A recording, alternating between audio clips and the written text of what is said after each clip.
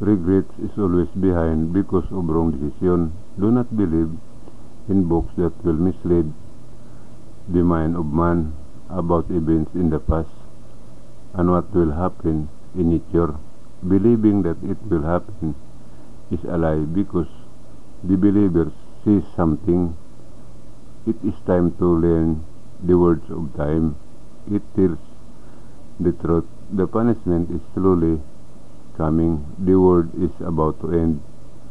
Lying is the first sin of man, and it is called the inherited sin without forgiveness. Adam sinned. He lied. He ate the fruit was forbidden to him. So they were expelled from paradise, and they were not forgiven. If you know something that can be forgiven, it is lie because the Creator does not change. Why is Mindanao called the promised land? Because of me. Me and the water is the promise in Mindanao.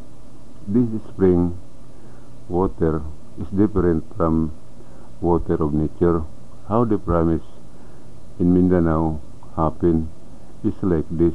After disciple threw a stone on the mountain to choose who would be the leader, Peter was the first stone, so he became the leader. That night with his disciple, Christ Jesus told the story of his departure, and they slept together.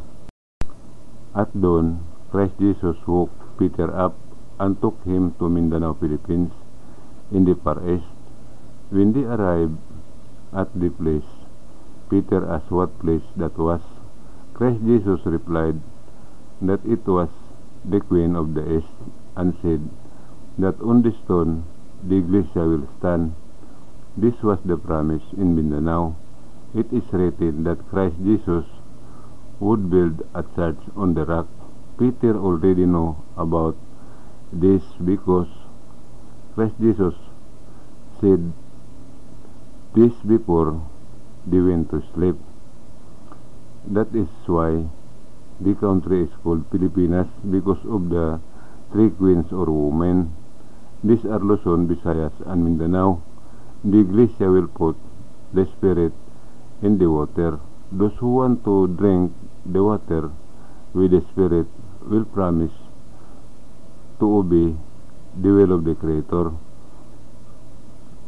and this will give salvation to people. The Iglesia will teach the will of the Creator and bring people to the door of paradise in heaven. The one who will join them is me. During the time of pagan teaching and preaching, no one said what the name of the Creator was.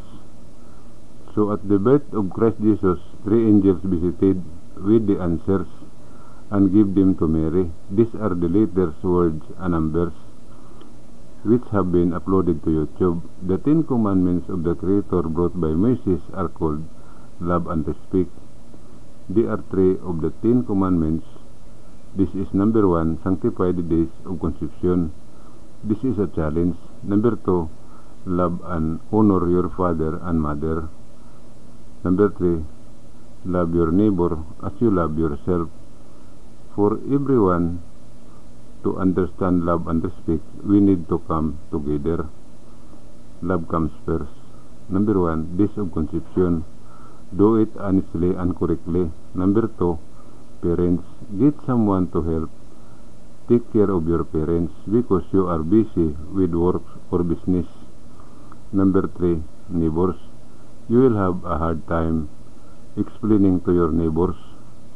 Do a mission using social media, Facebook, Instagram, Twitter, etc. Tell people that true salvation is on YouTube.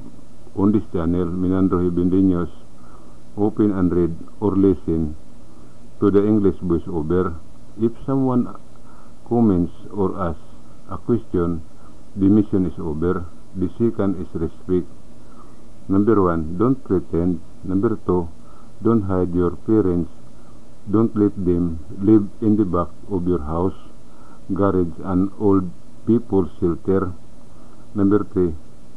There are people who secretly instill the young minds of young people that when they reach the age of 18 years old, they are free and their parents should not interfere with them. This teaching destroys the life and soul of man because the Creator says nothing about respecting parents. For all those who have done this preaching, punish them endlessly. All the lives and soul you have destroyed will be ones who push or throw you into hell when the end of the world comes. Do not warn the body of a person. Do not disturb or dig up the grave of the dead because they have already reached their final destination. What can be moved is the one who is buried in the tomb or pantheon because they have not yet reached their final destination. All the souls who are burned and those who are dug up in the grave will meet those people who do and command when the end of the world comes. What they do will be the same for them. To all who do love, you have entered the challenge called eternal life because you enter without going through death. Going through death is called the second life. I do not convince people. Everyone has a mind. When I will appear in person or do a live presentation, that is what I do not know. Lucifer was the first angel created. He was given half the power of the Creator, similar to his own power. He was a kind angel, and he gave the spirit of life to man. He is now in the sea because he entered the visible body and he cannot come out because he will die. That's the law of the angel, not to return so as not to die. Judas was a childhood friend of Christ Jesus and his best friend. He was a kind and loyal friend of Christ Jesus. Lucifer and Judas are both kind. They are not evil, because contrary to what you know, open YouTube Minandro Heavenly News to know the truth. All your questions, the answer are uploaded to YouTube. Read all the videos. What is missing is how to drink water with the Spirit. I will upload it when this time comes. I do not convince people that everyone has their own mind. The Creator did not create evils, angels, and Christ Jesus did not make friends with evils. Everyone who said that the angel Lucifer or Judas was evil is guilty of blasphemy against the Creator and His Son, Christ Jesus. Everyone who says that Lucifer is devil, evil, Satan, etc., when the end of the world comes, Lucifer will take all their souls to hell to show them that he is a good and kind. No soul will be saved from them because he has given half the power.